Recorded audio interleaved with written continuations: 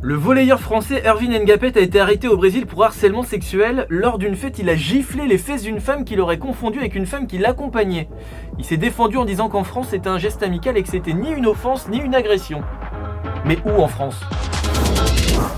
Salut les sportifs, vous êtes dans la frappe et l'infosport du jour à retenir, c'est la Russie exclue des Jeux Olympiques et de tout championnat du monde. La décision est tombée hier, l'AMA, l'Agence mondiale antidopage, a décidé d'exclure la Russie pendant 4 ans de toute compétition internationale. Ça concerne donc les JO d'été de Tokyo 2020, les JO d'hiver de Pékin 2022 et la Coupe du monde de foot au Qatar en 2022. Le problème, un véritable dopage d'État et la falsification de données de contrôle un peu chelou transmises à l'agence. Ah bah oui, forcément. Par contre, cette décision ne concerne pas l'Euro 2020 qui, selon l'AMA, n'est pas une compétition majeure.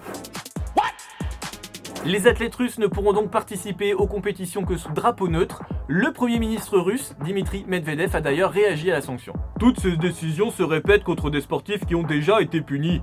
Ce qui fait penser à la poursuite d'une hystérie anti-russe devenue chronique. Non, on a dit qu'on faisait pas les accents. Vladimir Poutine aussi a réagi.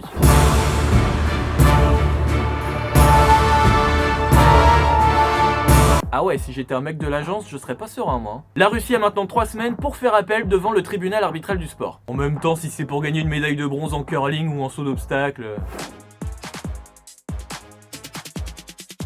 Allez, à demain. Move Radio, Hip Hop Nation.